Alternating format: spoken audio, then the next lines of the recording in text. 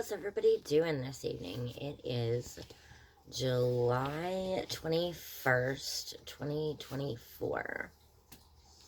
It is, let's see what time it is. 1:12 in the morning.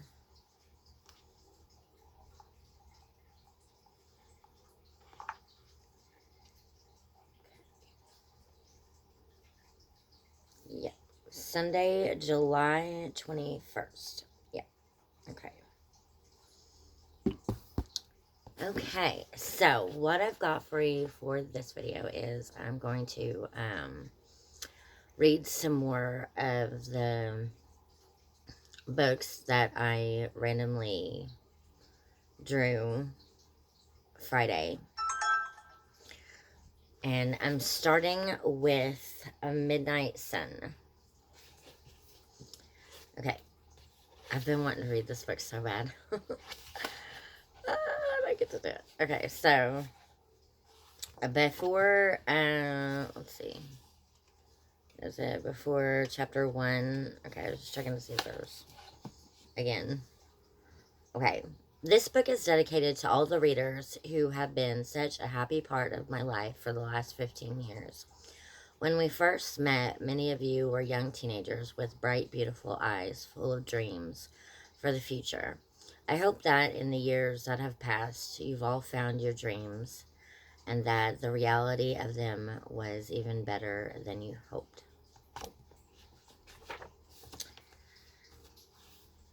Okay.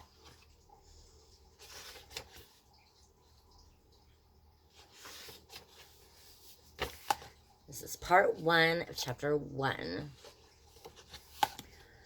This chapter is called First Sight. This was the time of day when I most wished I were able to sleep. High school.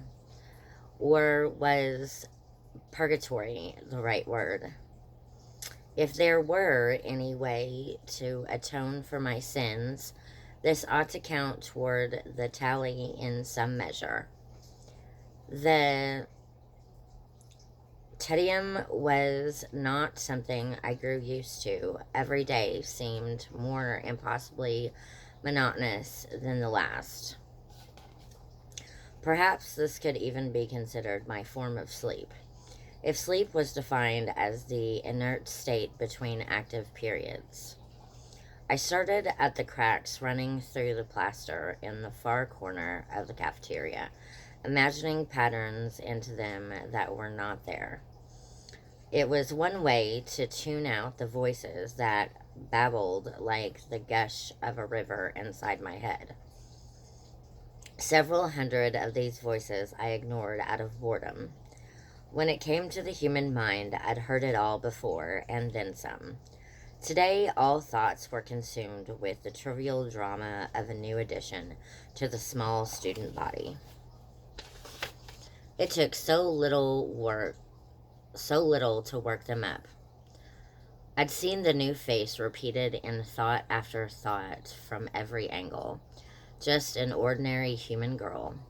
The excitement over her arrival was tiresomely predictable. It was the same reaction as one would get from flashing a shiny object at a group of toddlers. Half the sheep-like males were already imagining themselves infatuated with her, just because she was something new to look at. I tried harder to tune them out. Only 4 voices did I block out of courtesy rather than distaste. My family, my 2 brothers and 2 sisters, who were so used to the lack of privacy in my presence that they rarely worried about it. I gave them what I could. I tried not to listen if I could help it. Try as I may, still, I knew. Rosalie was thinking, as usual, about herself. Her mind was a stagnant pool with few surprises. She'd caught sight of her profile in the reflection of someone's glasses, and she was mulling over her own perfection. No one else's hair was closer to true gold. No one else's shape was quite so perfectly an hourglass. No one else's face was such as flawless, symmetrical oval. She didn't compare herself to the humans here. That juxtaposition would have been laughable, absurd. She thought of others like us. None of them were equal.